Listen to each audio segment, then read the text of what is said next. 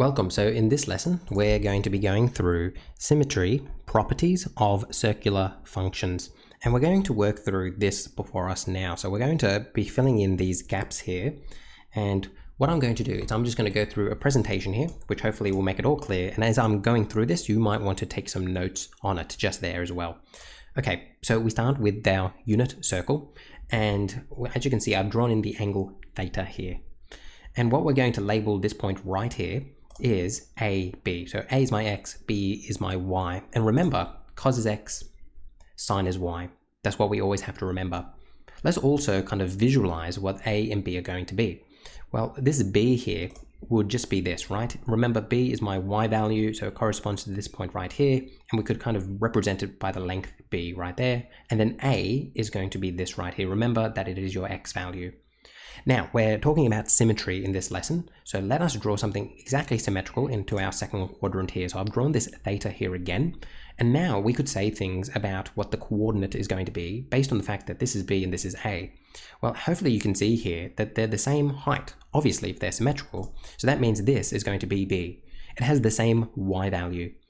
And also, if these are symmetrical, what it means is that this is going to be negative A, because as you can see, I'm into the negative component of my X values here, so it's negative A, and therefore we could say the coordinate is going to be negative A, B. That's very important, and hopefully that makes sense why that's the case. Now, we also have to think of what is the angle going to be, because remember, we don't measure angles from here to here. We measure angles clockwise, starting here, going all the way to there. So here to here, what is the angle going to be? Well, if we know that from here all the way to here is pi, we're just going theta back. So that means this is going to be pi minus theta. So the second quadrant is pi minus theta. You need to burn that into your brain. And now we can fill out this. So this is what you should see before you on your sheet, and this is very important that you fill it out. So for quadrant 2, when we have sine pi minus theta, we know that's just positive sine. It's going to be negative cos, and then negative tan. The reason why it's negative tan is because remember, tan is sine over cos. Well, in this case, sine is positive, cos is negative, so therefore my end result is going to be negative as well. And hopefully you can kind of just visualize as to why these are true. Let's now keep on going, and we're now going to be looking at our third quadrant. So again, let us draw something symmetrical in there. So again, we've got this theta, and again, we can say some things. If this is B, and this is perfectly symmetrical, well, this length too has to be B, but it's going to be negative B because it's now down. It's now in the negative area for my Y's. And then if this is A, we already know this is going to be negative A. And therefore we can say that the coordinate here is going to be negative A, negative B. Again, we have to ask ourselves, what is the angle going to be from here all the way to here? Well, if from here to here is pi, I'm just plussing theta more onto it. So it's going to be pi plus theta. With all this information now, we can fill out this, which tells us that for quadrant 3, which is pi plus theta, it's going to be negative sine, negative cos, and then positive tan. And the reason why it's positive tan is because we're dividing two negatives. And when you divide two negatives, you get a positive out. All right, let's keep on going now. We're now going to be looking at our fourth quadrant. Again, we're going to draw in something symmetrical. And as you can see, we've got this theta right here. Now, what we can say is that if this is B here, then this is going to be negative B. But it's still going to be positive A because it's literally the same value there. So that means the coordinate is going to be positive A, negative B. Now we need to figure out what our angle is going to be. And what we're going to say is if we know that from here all the way right around is 2 pi, well, I'm just going theta back. So it's going to be 2 pi minus theta because I know 2 pi is going right around the circle, but now I'm just going theta back. So 2 pi minus theta. And I can create this. And hopefully you can see now that I'm going to get negative sine because I've got this negative B. Then I'm going to get positive cos because I've got this positive A. And then finally, it's going to be negative tan. And the reason why it's negative tan is because this is negative, this is positive, so I get a negative out. And that's how it works. And this is kind of what you have to visualize as we're going through these. So hopefully you got all those down, and I'll actually write them in as well, just so you've got we can just go through it again. So this is what I would hope you wrote down as we were going through this. This is theta, and we're calling this AB. as we move across to this, now this could get a bit messy, so I'm just going to say that this angle here is going to be pi minus theta. And we know that when this occurs, we're going to come over here, and this is going to be negative a b. So in other words, cos is negative, sine stays positive. So this is going to be sine of theta. This is going to be negative cos of theta. And then here, we know that this is going to be negative tan of theta. And the reason why we know that is because we're just dividing these two. So if one's positive and one's negative, that's how we can get it. For our next one, we come to quadrant 3, in which we have, now remember, this is pi plus theta. That's the angle that you need to burn into your brain. You need to associate that with quadrant 3. We know that for here, both are going to be negative.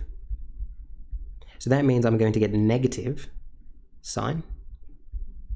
I'm going to get negative cos. And I'm going to get, now here's the important part, I'm going to get positive tan. And the reason why is because I'm dividing two negatives. The last one we need to go through is 2 pi minus theta, which is going to be, now this is important, the sine is going to be negative, the cos is going to be positive, and my tan is going to be negative yet again.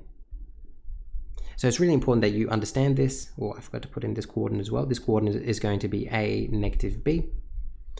And just understand how we get each of these. If you're not sure, this can be a part of the course where people get a bit, it takes a while to click sometimes, and that's perfectly fine. You just need to come find me so we can just come and talk this through and you feel comfortable with doing it. Because it's really important that you do feel comfortable with this topic right here. Okay, the other thing that I want to draw your attention to is the letters C, A, S, T, cast. This A means all of them are positive. This S means my sine is the only positive here. This T means my tan is the only positive here. And this C means my cos is the only positive here. And up here, A, again, as I said, all is positive. So that's what I need you to understand for this first part right there. All right, let's now come down here and let's do some examples. All right, so you're not actually going to draw out a unit circle every time you do examples, but I just thought it would be useful for the first time to do it. So what we're told here is that if sine of x equals 0.6, find the value of this, this, and this. All right, so let's go through this. So it's telling me I've got sine of x. So this is going to be x right here. That angle is going to be x. And it's telling me it's going to be equal to 0.6. I know that sine is my y value. It's my y value. So that means what we're being told, we don't know what x is, but we know that this is 0.6. And what that means is I could draw this across. I could say, well, this is 0.6 right here. That is 0.6. All right. And then we could keep going across and we could say, well, this point is going to be 0.6.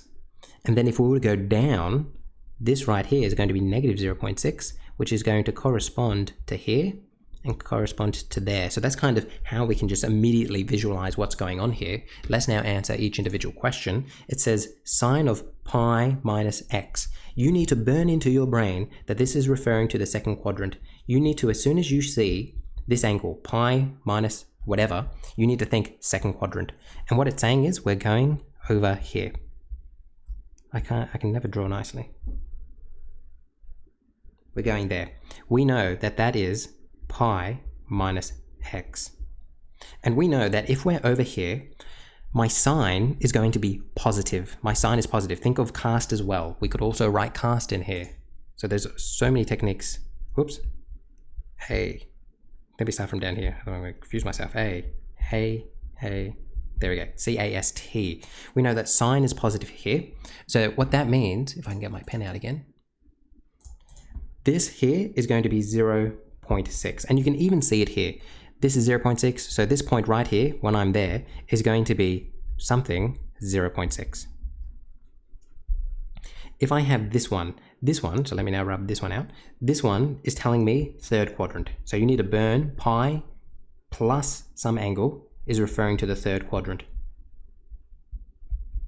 So it's going here all the way to here. This is pi plus theta. And we know that this point right here is going to refer to, we don't know what x is, but we know it's going to be negative 0.6. So it's going to be negative 0.6. You can also think sine is not positive in my third quadrant. And then the last one, this is your fourth quadrant. You know that sign is going to be negative here, so you can immediately put it down. Or you can also think it's referring to this point right here, which is something negative 0.6. Let's now come over to our next question here, which is saying cos of t is equal to 0.8. Find the value of this, this, and this. So again, what it's telling us here is we have an angle of t, and that corresponds. Now, cos is my x, so it's 0.8 in my x position. We don't know what y is. That means, actually, let me make this a bit smaller. That means that this right here, this spot right there, that is 0.8. If I can draw that a bit nicer. That is 0.8. And if we keep going down, this too is going to be 0.8. Then we could come to our other side. So let me just put that in. That right there is 0.8. And this over here is going to be negative 0.8. And that's going to correspond to there and to there. Now we're going to go through and see if we can answer each of these. What quadrant is that referring to? Hopefully you can immediately say that's my fourth quadrant. Is my fourth quadrant, is cos positive in my fourth quadrant? You could think of S-A-S-T and immediately go yes. Or you could think of this and say, yes, it is positive because I'm over here. So what we're doing is we're going right around here, and that is 2 pi minus t. That's how I get there. So that means this is positive. It's just going to be 0.8 because the coordinate here is going to be 0.8 something. Then we come over to this one. Which quadrant is this referring to? It's referring to my second quadrant.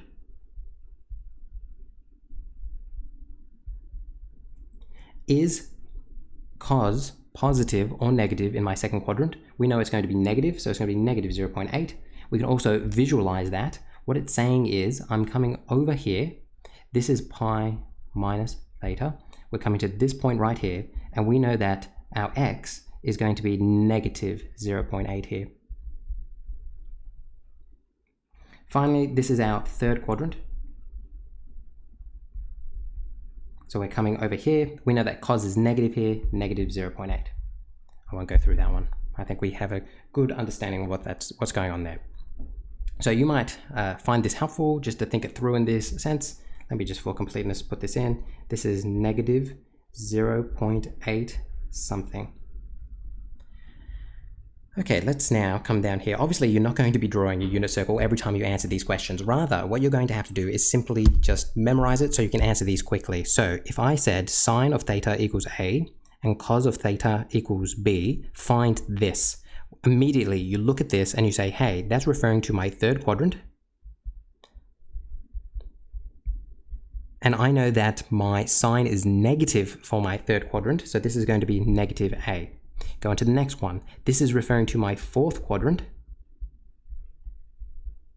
It's asking for cos. I know that cos is going to be positive in there, so that means it's going to be B.